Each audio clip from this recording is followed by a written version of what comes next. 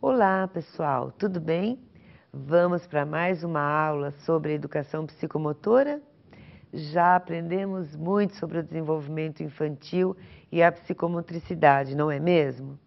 Já percebemos que as condutas psicomotoras de base se constituem da forma mais elementar da vida, que são a respiração, que determina todo o ritmo do movimento do ar, e é através das atividades de respiração com o ar que a nossa criança pode estabelecer um diálogo com o seu interior, ou seja, consigo mesma. Essa conversa é muito importante, pois é através dela que podemos diminuir a ansiedade e melhorar a atenção e a concentração dos pequenos. Outra conduta de base é o relaxamento, e este está associado ao tônus. Associado ao repouso e também ao sono. O tônus prepara o movimento para as diferentes maneiras, para muitas atividades, para as posturas das crianças e também para os movimentos precisos. E a criança utilizará desta ação para o desenvolvimento da escrita, onde ela vai precisar organizar seu tônus e a postura para ganhar força adequada do lápis no papel. Bem, o sono, todos nós já sabemos, é essencial para todos os seres humanos, principalmente para a idade infantil. Quando a criança dorme, ela assimila muito mais a sua aprendizagem. O freio inibitório está relacionado à supressão desse movimento. Este elemento é fundamental para também sustentar a base de orientação da escrita, que ocorrerá de forma horizontal, ou seja, da esquerda para a direita, de cima para baixo. E temos o desenvolvimento da coordenação motora fina, que irão precisar os movimentos mais pequenos da mão. O fato é que nós, professores, pedagogos, devemos ter muito cuidado com todos os planejamentos para o desenvolvimento da aprendizagem. É importante sempre buscar as atividades que correspondem às necessidades da nossa turma, sempre prestando muita atenção na fase que as crianças se encontram. Não precisamos passar por cima do desenvolvimento adequado para forçarmos uma criança a escrever ou a ler, não é mesmo? Em nenhum momento devemos esquecer que a base de toda aprendizagem infantil está baseada em sua percepção do corpo e do movimento dele. Segundo os currículos nacional, referencial curricular nacional para a educação infantil, em seus argumentos sobre a importância do movimento corporal, afirma que o trabalho com o movimento contempla a multiplicidade de funções e manifestações do ato motor, propiciando um amplo desenvolvimento de aspectos específicos da motricidade das crianças, abrangendo uma reflexão acerca das posturas corporais implicada nas atividades cotidianas, bem como atividades voltadas para a ampliação da cultura corporal de cada criança. Essas atividades devem ser entendidas por nós, educadores, professores, como sendo fundamentais para o processo de aprendizagem da criança. Já falamos em outros momentos que a criança tem o seu corpo como referencial de sua construção de saber e conhecer sobre o meio. O que as crianças precisam é ter estruturas para compreenderem o que está sendo falado ou compreender o mundo à sua volta. Então, todas estas dicas vêm contribuir para o nosso entendimento sobre as bases psicomotoras de base. E hoje vamos estudar sobre as condutas psicomotoras neuromotoras. Vamos verificar a importância do desenvolvimento e das dificuldades que podem trazer sobre a lateralidade e do esquema corporal. Vamos refletir sobre as habilidades, que são necessárias para o desenvolvimento da leitura e da escrita, e mais, para a prevenção das dificuldades de aprendizagem que podem advir dessas condutas psicomotoras. São denominadas de neuromotoras, porque elas dependem de nossa condição neurológica e do desenvolvimento motor. A manifestação de um lado, preferência em determinada ação, está vinculada a um hemisfério cerebral, que chamamos de lateralidade. É a vocação ou capacidade que o ser humano possui de se utilizar de um lado do corpo ou mais de outro lado em 3 níveis: mão, pé ou olho. Todos eles determinando a força e a precisão do lado dominante. Na verdade, é um predomínio de lateralidade, um predomínio motor. Ou melhor definindo, é uma dominância de um dos lados do cérebro. O lado dominante sempre apresentará maior força muscular, mais precisão e muito mais rapidez. Claro que o outro lado auxilia toda a ação do corpo e é tão importante quanto. Os 2 lados não irão funcionar sozinhos, eles irão se complementar. Exemplo: quando escrevemos em uma folha, uma mão escreve enquanto a outra segura a folha. Sobre a dominância lateral, Cole, na obra intitulada Desenvolvimento Psicológico e Educação, Psicologia Evolutiva, afirma que, na maior parte das pessoas, o hemisfério dominante é o esquerdo, já que o controle do cérebro sobre o movimento é contralateral.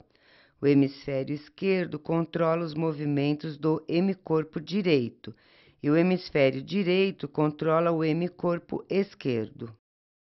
Vocês sabem por que temos mais destros que canhotos?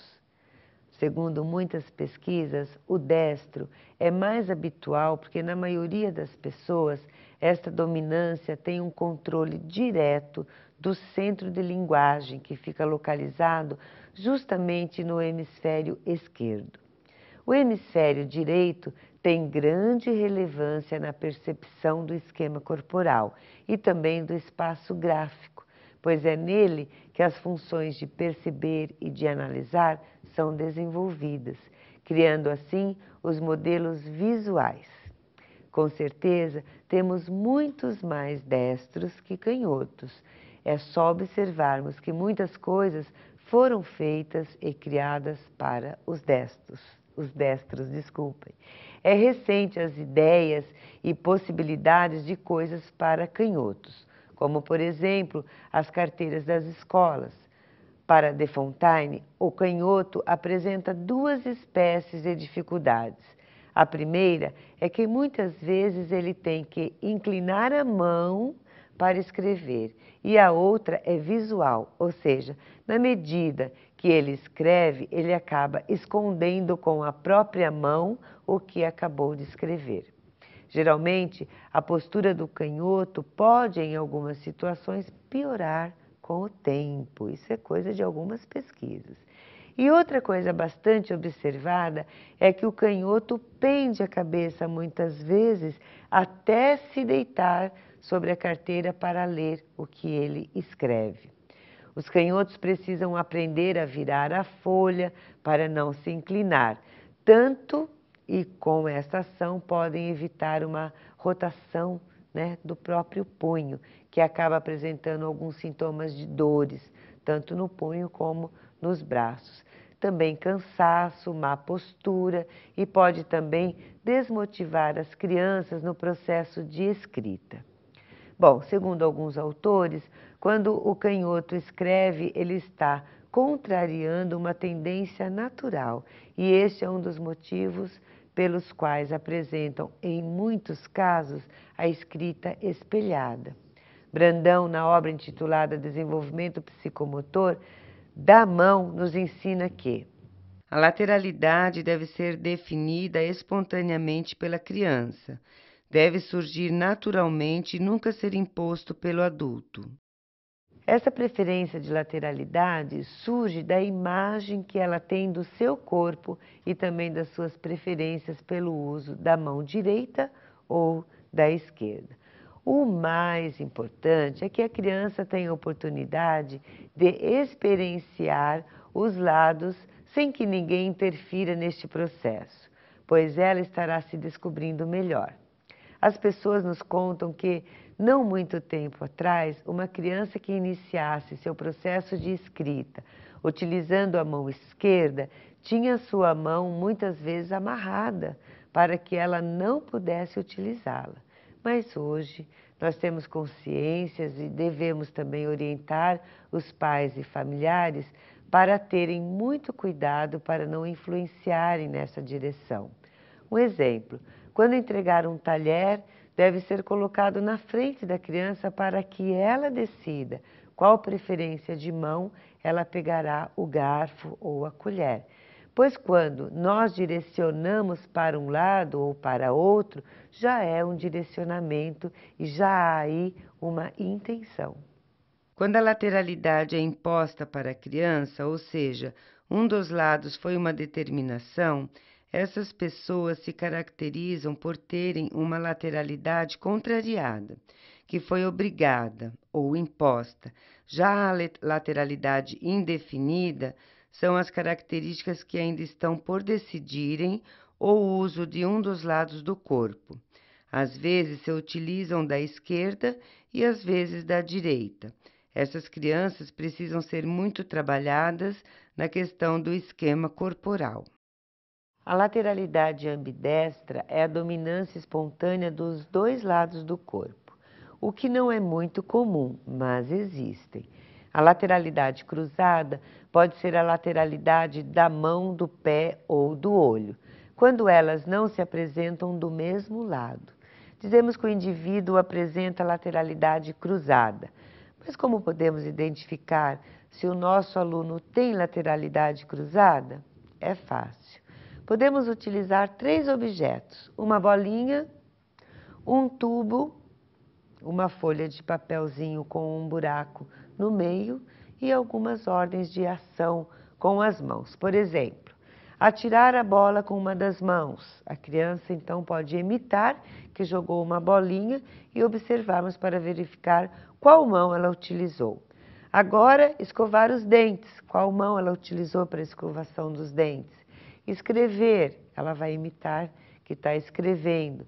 Girar o trinco de uma porta, pentear os cabelos, pregar um prego e assim por diante.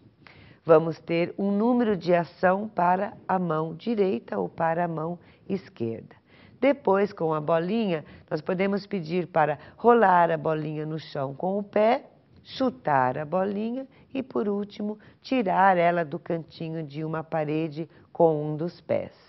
Nessas 3 ações também vamos verificar quantas foram com o pé direito e quantas com o pé esquerdo. Partimos então para o olho. Olhar para o pé pelo tubinho, ver qual olho ele utilizou para observar os pés. Podemos também pedir para que ele olhe por um caleidoscópio ou algum outro material parecido. E por último, olhar pelo buraquinho de uma folha de papel. Verificar o olho dominante. Se o resultado for direita, esquerda, direita, ou esquerda, direita, esquerda, ou direita, direita, esquerda, ou esquerda, esquerda, direita, ele tem lateralidade cruzada. E isso pode justificar, segundo muitas pesquisas, uma dificuldade de aprendizagem, como dificuldade em aprender a direção gráfica, dificuldade em aprender conceitos de direita e de esquerda, pode apresentar uma letra ilegível, garranchada. Vejam que estamos nos referindo à lateralidade e não às noções de direita e esquerda. O importante mesmo é compreendermos que a criança tem o seu corpo como referência de espaço para o processo de aprendizagem.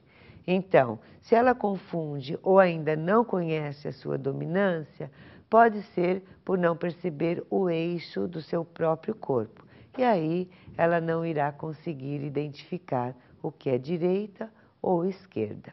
A lateralidade é tão importante que permite à criança ter consciência de relacionar as coisas que existem em seu contexto. Podemos dizer que quando ela já tem noção dos lados e já apresenta uma lateralidade bem definida, ela identifica esses conceitos no outro e no espaço que está à sua volta. Para isso, ela assimila os conceitos em si mesma e depois relaciona os objetos em relação a si mesma. O conceito estável de esquerda e de direita só é possível aos 5 ou 6 anos, e a reversibilidade, possibilidade de reconhecer a mão direita ou a esquerda de uma pessoa à sua frente, não pode ser abordada antes dos 6 anos e meio. Por isso, devemos compreender que até os 5 anos de idade é normal a criança escrever de forma espelhada. A criança com 6 anos deve reconhecer direita e esquerda em si e aos poucos vai expandindo esse conhecimento no outro. Quando a lateralidade é cruzada ou espelhada, podem acontecer alguns sintomas como comprometimento com a leitura escrita, lentidão, por não ter força suficiente para colocar uma velocidade maior na escrita, o que pode transformar a sua escrita menos legível. Uma má postura também pode resultar de um desestímulo, por conta do esforço que precisa realizar para escrever. Outro sintoma é a dificuldade na coordenação motora fina e discriminação visual, podendo apresentar-se confuso nas letras e na direção das mesmas, como D, B ou P, por quê. Bom, pessoal, por hoje ficamos por aqui refletindo sobre a importância do trabalho corporal com as nossas crianças. Um grande abraço a todos e até o nosso próximo encontro.